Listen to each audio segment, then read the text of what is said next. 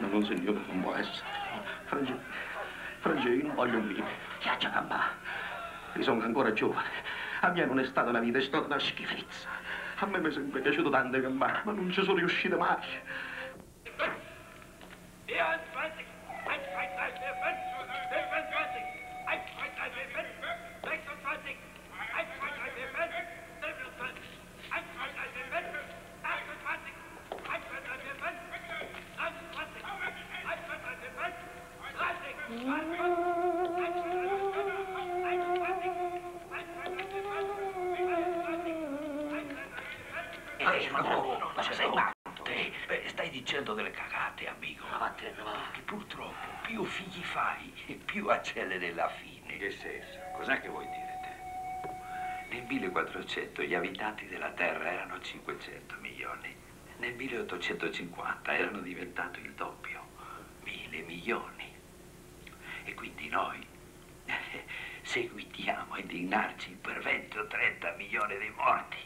Ma fra 200-300 anni saremo 10.000, 20.000 milioni.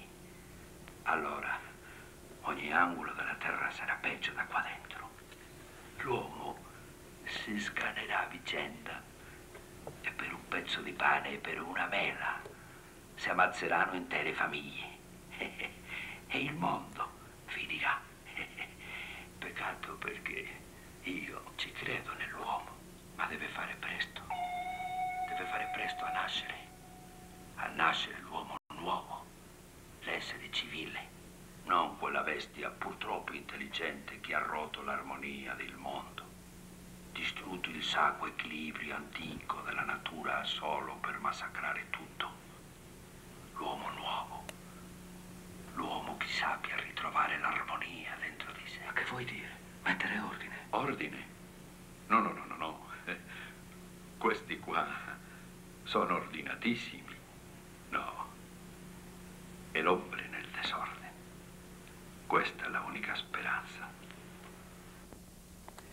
Okay. This seems very philosophical and serious. Of course, it deals with the Italian soldier who is caught and taken to the concentration camp.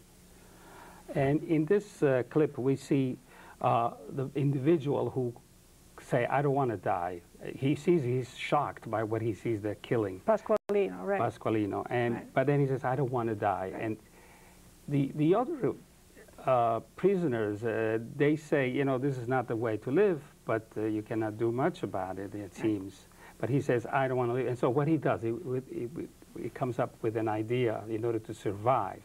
Pasqualino. Yeah. Yes, he decides that he's going to seduce the camp commandant, Hilda, and thereby, I guess, save himself. Save his life. And in fact, his life. And in fact, he saves his life. He saves his life.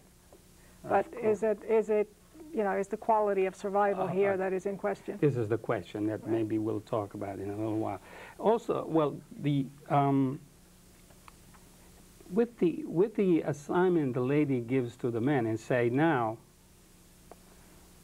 you will either kill seven people, six people, or everybody else is going to die. Right. So this is a paradox. It's a question that perplexes the person, Pasqualino, and he decides to kill and even kill his own friend. Right.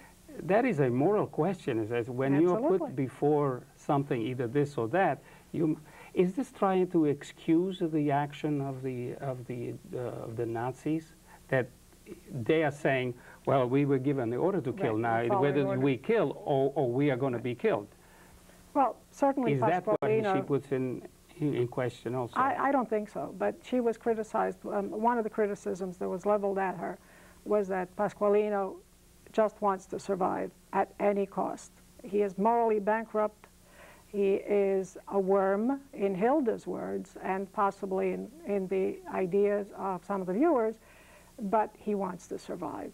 Now, is she condoning what the Germans did? Well, in this case, you have to remember that she is going to kill either he kills 6, or they will kill all of them. So it's not, the dilemma is not quite the same as I was just following orders. Nevertheless, Pasqualino is heavily criticized for simply not having But should said he have no. accepted to be killed? I mean, and say, no, I don't do that? Pedro, the anarchist, Which who comes is in the Pedro, clip, he refuses to live under those conditions, and he just runs into a vat of excrement, thereby committing suicide, because he does not accept that. Pasqualino does accept that. Pasqualino is a dreamer also. He presents something of a philosophy there. I'm waiting for the new man. What does he mean? Not Pasqualino, Pedro. Pedro. Right. What does he say? What does he mean by say, I'm waiting for the new man? Well, because given the events in the movie and, you know, also what we see in Wertmuller's other films, you know, she has a serious problem with technology, with what she calls overpopulation, with over-civilization, too much medical technology, too much technology in general. The institutions. All institutions. Institutions such as marriage, the family, any organized government. institution, which in her opinion, in her philosophy, imposes order from above on the individual. And by imposing order from above, it keeps the individual from growing, from being able to grow morally. So order is a problem. She wants to, in a sense, abrogate order, find a kind of disorder, which in her lexicon sometimes is also called anarchy. So in a way, this is the title of your book. You Right. took it from this Pedro, 7 who was Beauties, looking for not a society which is perfect and orderly. In fact, Right. the Nazis are too orderly. Too orderly. Even we'll see also Fascist the state fascist is too orderly. is too orderly. The Soviet so Union this too Pedro orderly. is looking for a society which is not that orderly, or the individual should not be that organized. The individual should take moral Can we responsibility. see the title of the book? Because the individual should take moral responsibility. The individual should look to see what the problems are, acknowledge that there are problems, and then be part of the solution in some way, not part of the It seems problem. that all of this comes from the fear that there is and there will be more overpopulation on Absolutely, Earth. right. This Pedro talks about, and also in other films, Lina Wertmuller talks about. She seems to be really taken by the idea that it's overpopulation that creates the order, extreme orders, and the extreme order will destroy the man. In fact, Pedro was saying, if you have more children, you're going to have rush the death of humanity because there's more order. Okay, let's see what else we can do. So the character is the Southern Italian, and I think why does she always take on that? She, for example, could go on in the North and show a man from the North. Is this? Well, Tunin is a man from the North. In Love and Anarchy, he's from the North. Oh yeah, he's from the North. So she doesn't.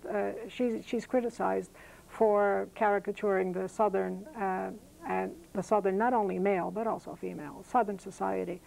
But she does not use exclusively the Southern male. How about the feminism? Is she anti-feminist? She is whatever you want her to be. She was criticized by feminists for being misogynist, and she was criticized by almost everybody else for being a feminist. She herself is not concerned with those labels. She sees herself as someone who looks at individuals. Do you think that these 4 films you mentioned today is basically the apogee, the statement that Lina Wertmuller has done and probably will remain as such? Certainly it will remain as such. I think that the 4 movies together are just so coherent and present eventually, Man in Disorder, the actual term itself, is something that was... we have come to the end of our... Really? Yeah, and we must say goodbye now. Okay. But we hope the audience will follow us next time when we'll have a second interview with Grace Russo Bullaro.